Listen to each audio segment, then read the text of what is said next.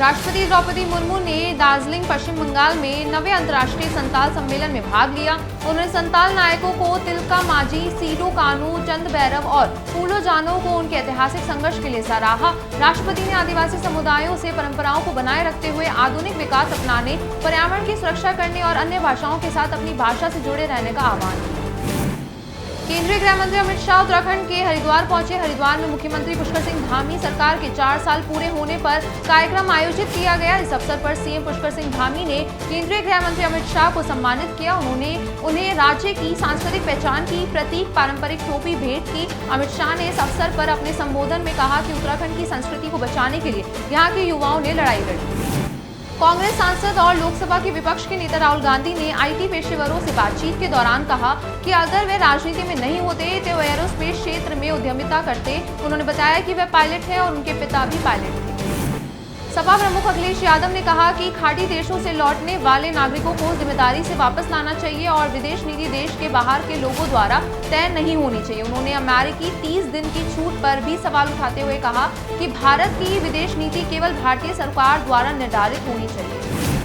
तमिलनाडु के मुख्यमंत्री MK. Stalin ने लोक भवन में विदाई पर राज्यपाल आर.एन. रवि से मुलाकात की। रवि को पश्चिम बंगाल का नया राज्यपाल नियुक्त किया गया है, जो सी.वी. आनंद बोस का स्थान लेंगे।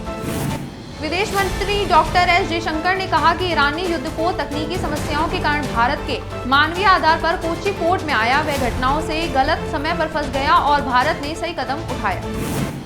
महाराष्ट्र के उप मुख्यमंत्री सुनेत्रा पवार ने महिला दिवस के अवसर पर सभी महिलाओं को शुभकामनाएं दी और बताया कि राज्य में महिला सम्मान पोर्टल लॉन्च किया गया है। ये पोर्टल साइबर क्राइम या किसी भी तरह की हिंसा के शिकार से महिलाओं और लड़कियों की मदद करेगा। केंद्रीय मंत्री गिरिराज सिंह ने टाटा बिहार में कहा कि टीएमसी सरकार घबराई हुई है। उन्होंने दावा किया कि भाजपा की सरकार आने पर शिक्षकों की बहाली होगी और स्वयं सहायता समूह की महिलाओं को लाभ मिलेगा। साथ ही टीएमसी का उद्देश्य बंगाल में रोहिंग्या मुसलमानों को नागरिकता और वोट देने का अधिकार दिलाना है। पश्चिम बंगाल की मुख्यमंत्री ममता बनर्जी ने कहा कि बांग्लार युवा साथी और भूमिहीन खेत मजदूर स्कीमें अप्रैल से शुरू होनी थी, लेकिन अब उन्हें आज से लागू किया गया है। उन्होंने आरोप लगाया कि कुछ लोग राज्य को बदनाम करने की कोशिश कर रहे हैं, जबकि बंगाल कई योजनाओं में अग्रणी है।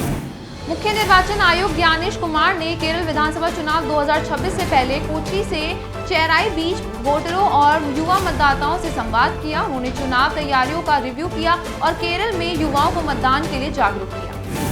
डॉक्टर मोहन यादव ने मुख्यमंत्री निवास भोपाल में क्वींस ऑन द व्हील्स के 3रे संस्करण के तहत महिला सुपर बाइकर्स को हरी झंडी दिखाकर रवाना किया। इस कार्यक्रम का उद्देश्य महिलाओं में मोटरसाइकिल राइडिंग के प्रति उत्साह और आत्मविश्वास बढ़ाना है।